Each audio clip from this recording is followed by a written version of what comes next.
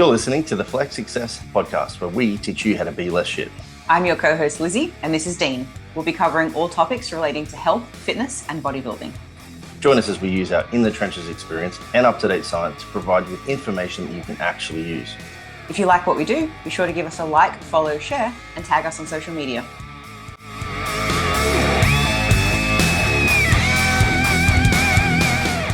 We are back, Flex Fam. I'm going to call him Flex Fam today with our co-host Lizzie.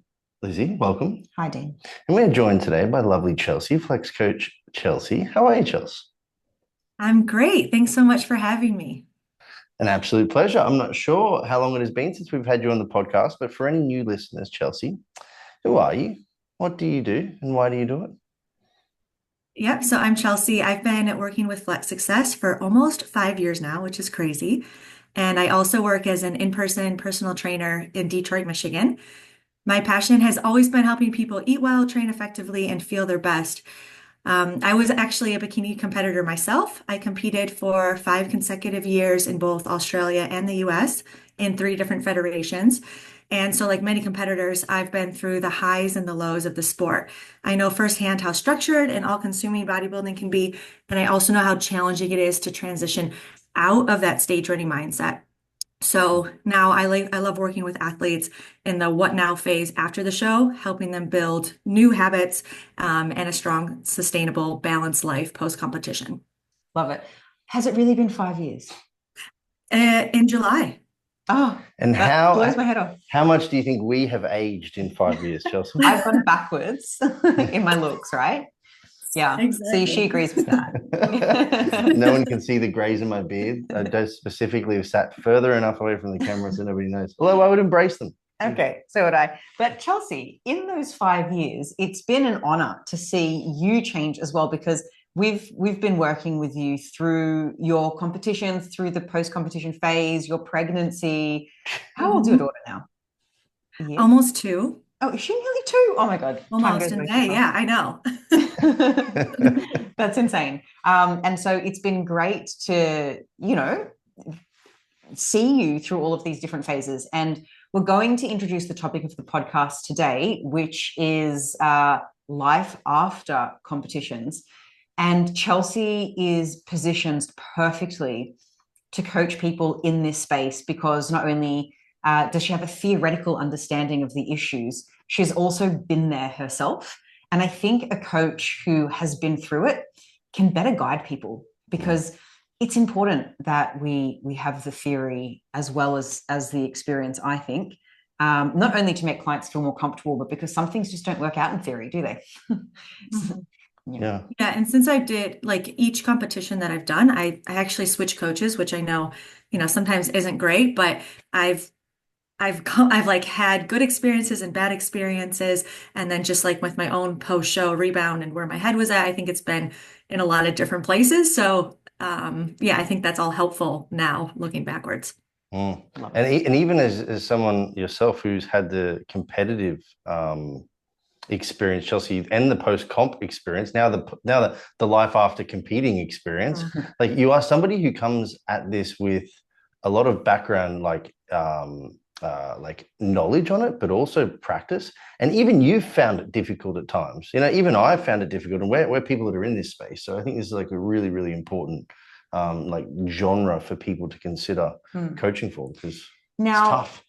Chelsea, I'm going to ask you to maybe help our audience understand the 7 different, we're calling them landmarks, or the key features, the things we're helping people work on after competition. But I also want to stress that perhaps this is also relevant for somebody who has big gaps between competitive seasons, where they're still trying to grow and improve for their next comp, but they're also just trying to live a life that looks somewhat balanced some of the time in the huge gaps between their competitions. This isn't for somebody, obviously, who's doing season after season after season and is far from trying to live life normally at points in time. But for people who have just hung up the trunks, retired from competing entirely, or have big off seasons, talk us through the different areas that life after competing coaching might be able to help them with.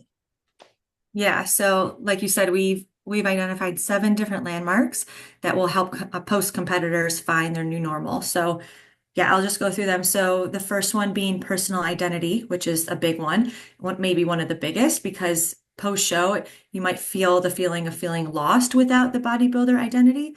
So what we will plan to do is help competitors expand their sense of self beyond their physique and discovering who they are outside of competing, who they are in their community, in their family, in their work, kind of reestablishing all that. The second one is movement. So when you're training for a bodybuilding competition, you have to train in a very specific way, but that doesn't mean you have to train like that for the rest of your life. So exploring other ways of movement, maybe some more cardio stuff, endurance, strength, dance, just other things that maybe make someone feel happy. The third being nutrition. Obviously, prep can create some really rigid eating patterns. So what we'll do is work on moving past the restrictive habits and helping clients learn how to eat in a way that balances enjoyment, health, flexibility without that massive fear of gaining weight or losing control. Oh. The next one, number 4 is body image. So another huge one, the way you see yourself after a show can be really tough to navigate. So we'll work on shifting the focus from extreme leanness to a healthy and sustainable body image that aligns with the competitor's new values and new goals. Fifth being mood regulation. Post-show emotions can be really intense. One day you're motivated, the next you're feeling lost or struggling with self-doubt. So we'll help competitors manage these emotions so they can act in line with their goals. And then the last 2, structure. Bodybuilding gives you a set routine, but when that's gone, many competitors feel lost. So we'll help clients create a new daily structure that supports their well-being, hunger management, and overall health without the extreme rigidity that contest prep requires. And lastly, number 7, mindset and motivation. With a comp date on the calendar, motivation is easy, but post-show, many competitors struggle to stick to even basic routines. So we'll help competitors stay focused, redefine their why, and then build long-term habits that don't just rely on willpower.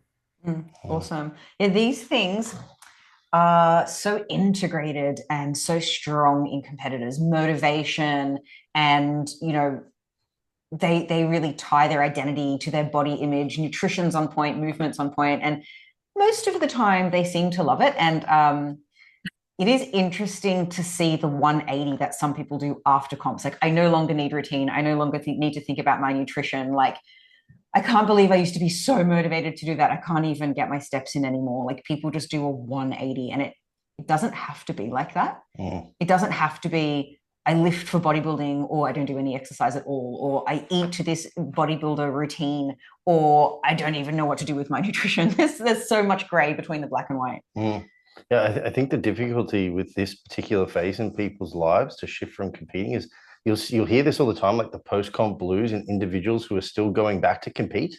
And like, it's bad, but then they use the next competition as motivation to get back into like action. Yeah. The issue here is that like post competitions, you don't have that next competition to like shift you back into gear, so you can be in this perpetual state of like post comp blues. Yeah. And if you don't know how to navigate like body image expectations and changes in those, or you don't know how to like regulate for mood, or you don't know how to like set up appropriate nutrition that is, sustainable. Yeah. It can get out of hand really quickly, and then it can be like this lifelong battle to like try and figure out where you exist now. So like they're really important. And I see these things happen all the time with competitors from an outsider looking in, and it's something that both you and I, Chelsea, have had to manage ourselves too in the post-comp phase. So they're like super important and really, really cool to have, like, I think like 7 defined things that people can think about and align their minds with. We have quite an extensive questionnaire when people come on board for life after competitions that helps Chelsea identify what of these 7 areas are they struggling with the most. Chelsea jumps on a call with them, figures out, well, which one might we want to tackle first, understands the client's wants as well, because there's one thing for the coach to say, well, to me, this seems like the thing we should work on, but the client might disagree. So it's really important that the person feels like it's important and it's low-hanging fruit for them too. it is sad to see people in this state for so long without getting help. And there is a huge gap in the market. I don't know anyone else offering this service. And I just think it's so valuable. So thank you, Chelsea.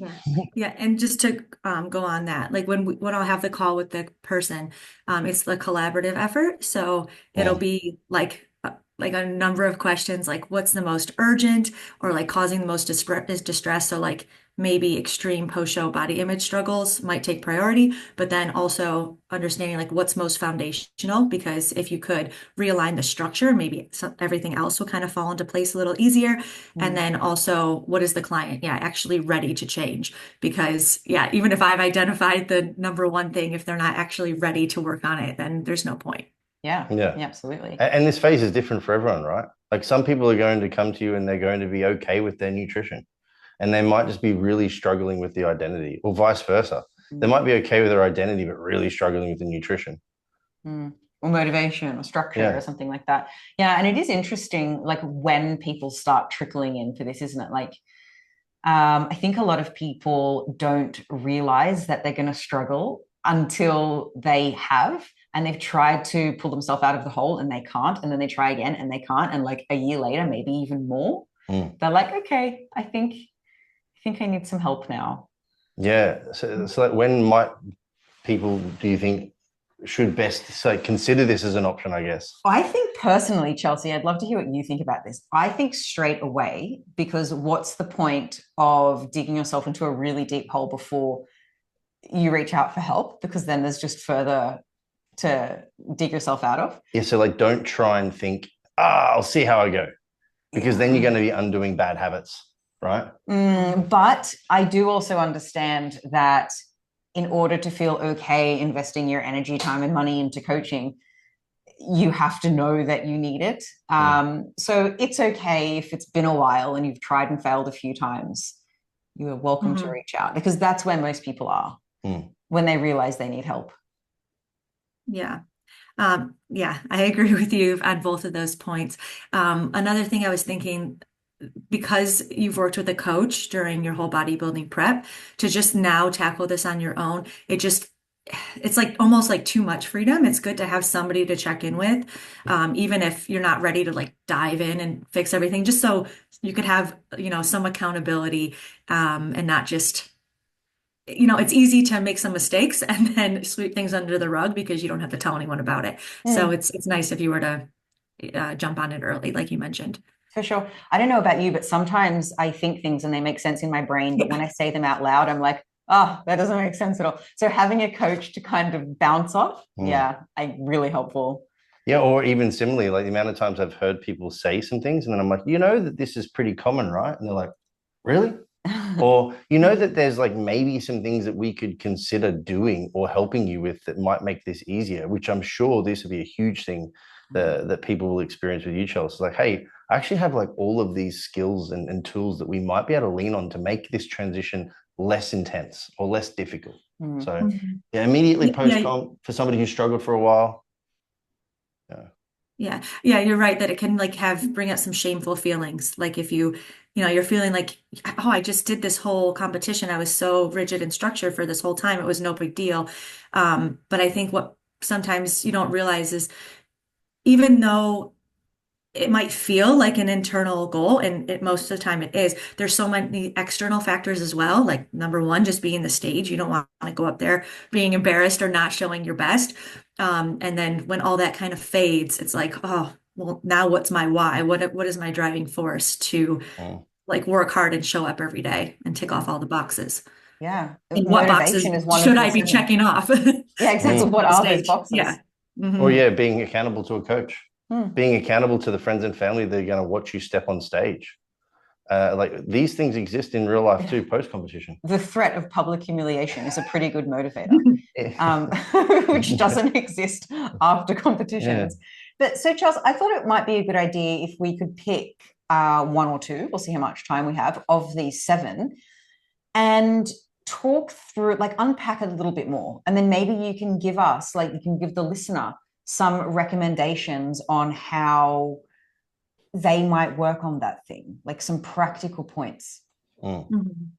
So I think the most obvious one to start with is identity crisis, Okay. kind of what we talked about up top. So for a lot of competitive athletes, the sport isn't just something they do, it's who they are. It's their daily self-worth, their daily structure, their social life is built around bodybuilding. You know, they might be saying no to a lot of social occasions because they put this first. And then so when they step away, it might feel that they're losing a huge part of who they are and not sure who they are anymore without bodybuilding. Mm. And one of the biggest challenges, I think we kind of mentioned it, is the post show crash. So the stage is a huge high, months of hard work leading up to that moment, and then the structure disappears, and then they feel emptiness. Like, yeah, what's next? So let's see. So kind of to redefine yourself beyond bodybuilding, there's a few different ways you can navigate this. So number one, kind of the most obvious is to expand your social circles. So reconnecting with old friends, maybe calling up and visiting some old family members, maybe putting yourself into a new group or something like that, just to expand people outside of just this bodybuilding and fitness world. Maybe even choosing people that live a life or have values that you admire, that you want to learn more about. Can I add a point to that, an extension? People who are competitive bodybuilders, I guarantee you, if you open up their Instagram or whatever social platform they use, it's going to be bodybuilding, bodybuilding, bodybuilding, dogs, bodybuilding, bodybuilding, activewear, bodybuilding. And what do you watch on YouTube, Liz? Bodybuilding. And so, like, thinking about social circles, we can also, like, not just talk about who we hang out with on a Saturday night. For bodybuilders, it's likely no one, because it's quite an isolating sport.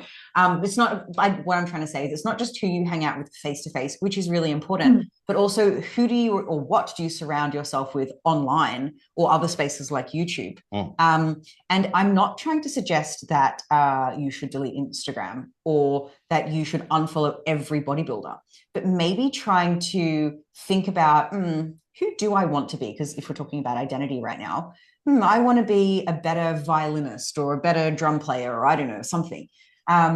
Start following those people, and maybe if there are some people within the bodybuilding space that don't actually give you value, unfollow or mute if you don't want them to know, and just follow the bodybuilders that you really enjoy. Or maybe that even provides some separate values outside of just bodybuilding. Like Sebum, philosopher and bodybuilder, amazing guy. Because here's another interesting, like, super simple one that I think bodybuilders would probably get caught up in, that you could immediately shift some of your identity crisis on, and that is the clothes you wear. Right.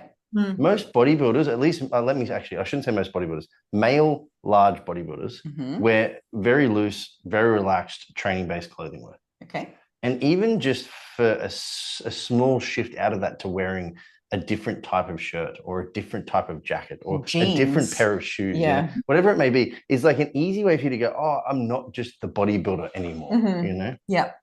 Totally. Yeah, for sure. I think, like, identity is also difficult if everybody around you knows you as the bodybuilder. I don't know if you guys have this experience. Like, I know leading up to my comps, like a lifetime ago and after, the only, people will be like, hey, Chelsea, how's your daughter? Or like, I don't know, hey, Dean, how's Liz? Or how's your travels? Hey, and people would say to me, what comps do you have coming up? How's your prep going? And that's all people would ask me about. And it was really challenging when I was trying to be a new person and not do competitions anymore. And it's okay that that's all people saw me as, because maybe that's all I was at the time. But it did create an extra layer of challenge when I was trying to create a new and what I believe to be improved Lizzie. So also having people not inside the bodybuilding space can kind of break away that barrier a little bit, because people don't know you as Chelsea the bodybuilder or Dean the bodybuilder. They know you as Chelsea the girl who's trying to play the drums, or I don't know, the mum or the wife, or all the other things that you are, the amazing cook. Chelsea the cookie creator. She's a good baker. Gosh, I wish we were closer together. I like eating pastries and you like cooking them, so I feel like we'd make a really good team. It's out of a box right now. That's fine. I'm trying to keep things simple right now with Brielle, but yeah. Do you know what? any pastry from a box, put in the air fryer, it'll go from a 5 to a 10. That's my pro tip. That is life hack. I even brought Liz home this bread item from Prague because I recently went to Prague on my own for a solo trip, and I brought it back. It's called kolach, and we put that in the air fryer. And I have to tell you, Chelsea, fresh kolach versus air fried kolach air fried way better. Anything air fried. People from the UK. I thought you were going to say people air fried. No, people air fried, delicious. Wrists air fried. No, fig rolls. They cost like 35 cents in England for like how do you describe fig rolls? It's like fig jam inside pastry. Yeah. In the air fryer, guys. You must put them in the air fryer. They are super average, but really delicious once air fried. How many of my clients are currently on the K-time twist? In the toaster? In the toaster or the air fryer. That's a Lizzie specialty, guys. Yeah. Amazing. Sorry, I feel like I've derailed us a little bit, Chelsea. So we're talking about identity and a tip for helping adjust your identity after competition. So you're not just tied to me, the bodybuilder. And your first tip was social circle. Yeah. Fantastic. And then something about air frying. Yeah. Okay. And then another idea could be just to try new things. So bodybuilding takes over your life, and probably all the hobbies kind of were pushed to the side. So thinking about maybe it's a new language, maybe a new musical instrument, maybe just a new style of movement like we were talking about. I once had one of my clients, after her competitions, she started doing dance classes, which she's never done before, just kind of put herself out there. Could be something like cooking or baking, or doing some art. And I know, at least like when I came off bodybuilding, like none of these things really felt particularly attractive to me, I guess, just because I hadn't done them. But I think a good way to kind of like figure it out is just to sit down, maybe spend 10 minutes with a pen and paper and just like write down all, like, I don't know, 3 to 6 or 3 to 10 things that you could be interested in. And then maybe pick your favorite one and then commit to trying that for at least 3 weeks. You don't want to just try one class and then give up. If it's something like pottery, maybe the first class and the teacher you didn't relate with, so try another one and actually give it a fair shot, because you might find something you actually like and be able to expand on that. Nothing is ever as it seems in your head, I think, because I've tried loads of hobbies in our times. We've been to loads of places like Paris, whatever, and you have this idea of what it's going to look like and how it's going to feel. And honestly, it's just never like that. Sometimes better, sometimes worse, sometimes just different. And it's also commonly not the same the second time. That's true. So I love your tip of just giving it a go. It's true. It's super important. Like Liz's return to Paris the second time was far more enjoyable than the first time. Did not like Paris the first time. Second time, loved it. Yeah. It's different. It's important. What was different with it? Well, the first time we went, I got pickpocketed on the first company. day. I went with Liz the first time. She went with the girlfriend the second time. It's definitely the company. I stayed in a better area of Paris with my girlfriend. And I don't know, it was probably a different time of year. It was cold when we were there, was it? I don't know. A few different variables. Maybe you went with less expectations. Yeah, I first went to Paris with a romanticized view of what it would be like. And I was like, oh my God, there's still street trash here and like scary homeless people and like, this isn't Paris. And then when I went back the second time, the bar was set much lower.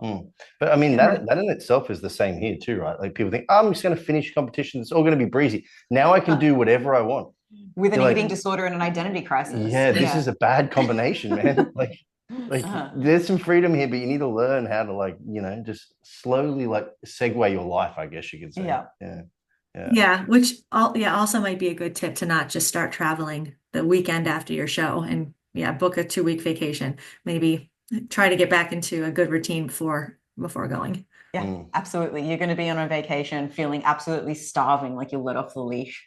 Yeah, with no like limit on your why, other than maybe the things that you would discuss, which there's plenty of. Yeah, sure. Okay, very good tip. Love that as well. And then the last tip could be build a new identity statement. So this might take a little bit of time to kind of figure out who you actually want to be, but kind of in line with curating your Instagram and trying new things and being a new, presenting yourself as in a new way to all your friends and family and just the people around you. Kind of start layering other aspects of who you are.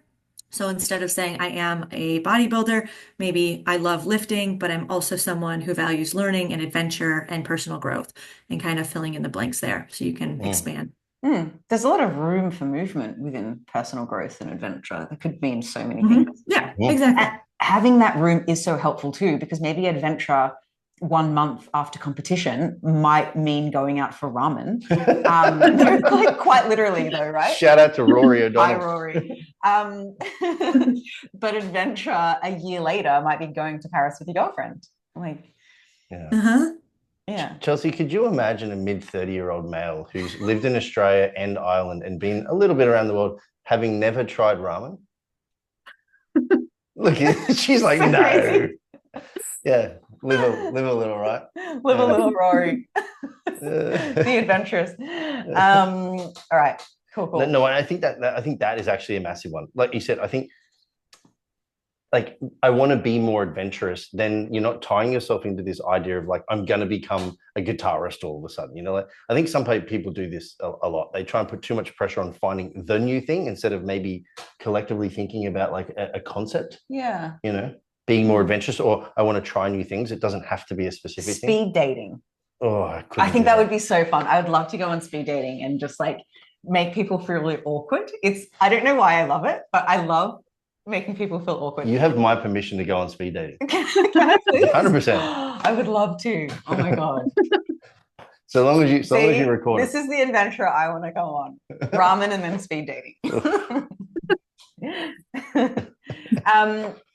What adventures, if any at all, I don't know if this is something that built your new identity after competition, Chelsea. Did you try anything new after comps? Having a trial? Yeah, I have that problem with like trying to monetize every new hobby.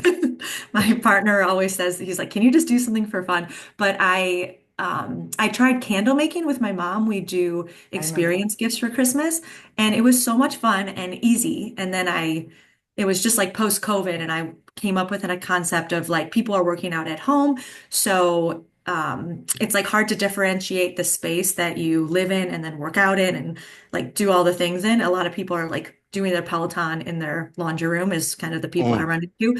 So I created 6 different candles, like one for each different style of training. So they could light it and like smell the smell and kind of get in the zone of what they're supposed to do. So I did that, and that kept me busy until I got pregnant and got too tired.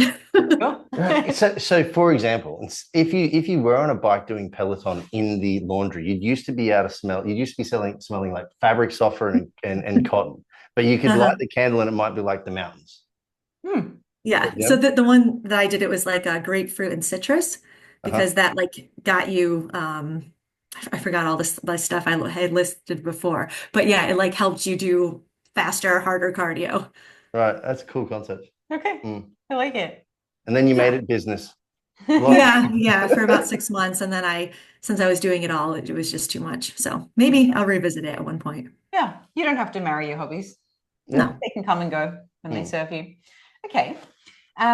So do you think there's time to kind of talk about one more of the 7? Yeah. Okay.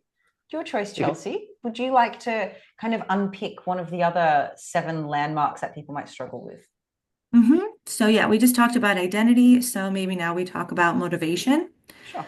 And yeah, this was another thing we kind of touched at the beginning, but the motivation behind your competition isn't necessarily internal. It could be a mix of structure, external validation, and then yeah, once it disappears, you just need to rebuild your reality in a different way.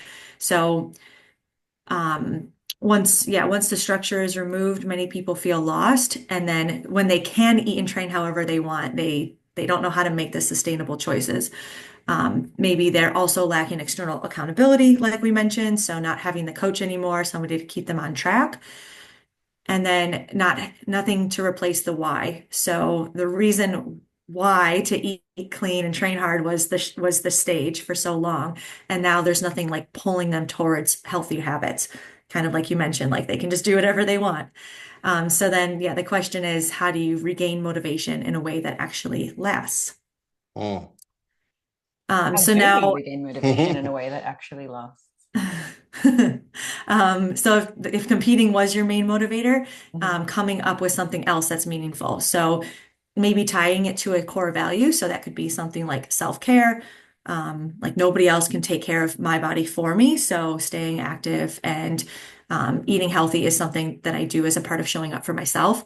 Or maybe it's a core value is excellence. Obviously, a lot of competitors probably can relate to that. So even outside competing, I value pushing myself and striving for my best. So something like that you could try. Mm. I like it. And maybe if we're using striving for my best, I would hate to see people think, oh, my best is being just as strict as I was while I was prepping. I would think that your best after competition is eating in a way that supports the new life that you want to live. So it would mean going on a picnic and just seeing what's there, and maybe having a protein shake in the car on the way there, because it's important to have sufficient protein and not enter a tempting situation feeling starving. But I'm going to have some chips and I'm going to be okay with it. And if they want to go out for beers after, I don't know, do you want to drink now? Do you want to have a beer? Or are you okay to be in a situation where you're nursing a Coke Zero and everyone's drinking around you, which Dan and I do all the time? It's a Coke Zero with rum in it. No, well, people can think that if they like. That's not true.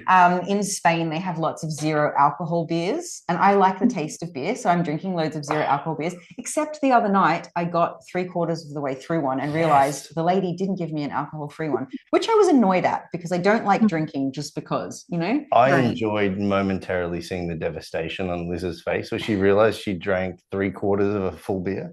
She was like, ah. But I moved on 5 minutes later, not devastated about it. Mm. And I think that's the sort of flexibility that I would love people to accept as like their best self. Yeah, like you didn't have like a flexible and fuck it moment. Like people are like, I'm going to be flexible, and then they realize they've made some fuck it, and now I'm just going to have. I may as well just have dessert, Dean. I've drunk 3/4. Do you know of what? beer. I didn't have dessert because I drank the beer. Yeah. That's flexibility. Yeah. This is the big one. At first, it just comes with like being really clear on what makes you feel good and what you are willing to accept in terms of your new behaviors. And it might take a little while to figure that out, and that's okay. For sure. And maybe some trial and error. Yeah. So in this instance, maybe it's a shift of mindset around that how nutrition may make you feel versus how it may make you look. Yeah. I know that's a big driver for me. Well, no, I mean, I think that it's really important for sure. And thinking about how nutrition makes you look can lead people to make some not so great choices for their health and for their energy and for their focus.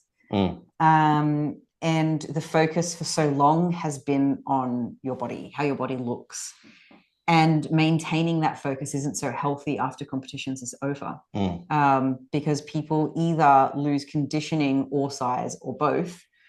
And that's a healthy part of shifting away from competing. And so always keeping the focus on that isn't so helpful. Yeah. I mean, some people haven't even eaten to any kind of level of intuition or, natural cues to hunger and all that for years. So like even just learning nutrition again and hunger cues and satiety cues and satisfaction and all this sort of stuff and personal preference is a massive one. And it certainly requires a lot. I think a lot of people don't even know how much help they need in this particular instance because they don't know what they don't know. So and it just depends on how long you've been a bodybuilder too, like how much this is ingrained in you. For sure. Yeah. Because it is something that a lot of people aren't proud of, all of these struggles after competition. Nobody really talks about it. Everybody reshares their comp photos years later. Some people try and swing it as if they still look this way, how they felt getting off stage, blah, blah, blah. But very rarely do people talk about all of these things. And I think shame breeds silence. And so everybody kind of suffers in silence, thinking that they are the only one. And we can assure you, you are not the only one. So much so that Chelsea now has this brand new service. And so, I'm really looking forward to helping more people feel a little less alone and to finding the solutions to these actually really big problems. Yeah. They really are. And I think some concentrated effort here with coaching will make for a much easier transition and or a quicker fix so that you can actually then get into what we're suggesting here, which is life after competitions, with a little bit less pain and heartache, and it'll be a smoother ride. Yeah. Time is getting on, so perhaps we'll wrap it up. But if anybody does think that life after competing coaching might be for them, you can inquire via our website or the link in our bio on Instagram. So we're going to close off today's episode with a bunch of fun questions for you. Yeah. So normally we have a would you rather, but instead we're going to rapid fire round now. Yeah, we're just going to ask you, I think it's 9 or 10 quick questions. You ready? Okay. Yep. Okay. Pineapple and pizza, yes or no? Yes. Yes. So far it's yes across the board. Is it? Yeah. Shoes too big or too small? Too big. Noisy eater or heavy nose breather? Is it somebody I eat with all the time? Yeah, and the heavy nose breather is someone you hang out with all the time. So. Yeah. Which one can you tolerate more? Yeah. The breather. Toast or cereal? Toast. Sourdough toast. Nut butter, crunchy or smooth? Smooth. Has to be smooth, the sourdough toast. Yeah. Savory or sweet? Sweet. Sweet, okay. Oh, God. Baby shark or Peppa Pig? Oh, baby shark. Have no memory of your life up until this very moment, or only remember your life from this moment onwards? Oh, probably only remember from now. Really? Yeah, with having a kid, it's different. She's like, I did some terrible shit. You wouldn't remember the first 2 years of her life. I would have the rest. That's true. Okay. Yeah. Good logic. Very good logic. Yeah. Thank you very much for joining us, Chelsea, and for sharing. And give us a 5-star review, a like, share us with your friends. Absolutely. And Bye. yeah. Ciao.